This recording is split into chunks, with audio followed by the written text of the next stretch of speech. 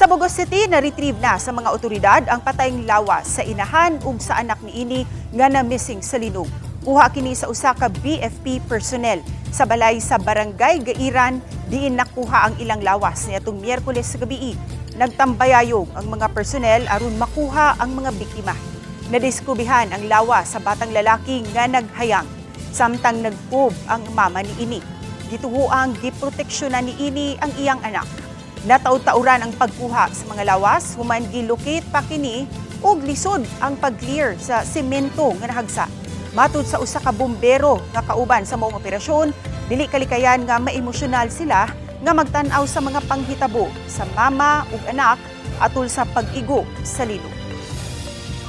Digid mo nga di ka kakuan samot na nga bata no na isip amahan pod makita nato nang ina na sitwasyon sa kabata dili kalikay nga makatula-tuluha sa ako pagkuan sa ila position manggod murag gikugos sa inahan niya pagkatumba sa silbi bungbong may aparador manggod may nakahugmak siguro na nila.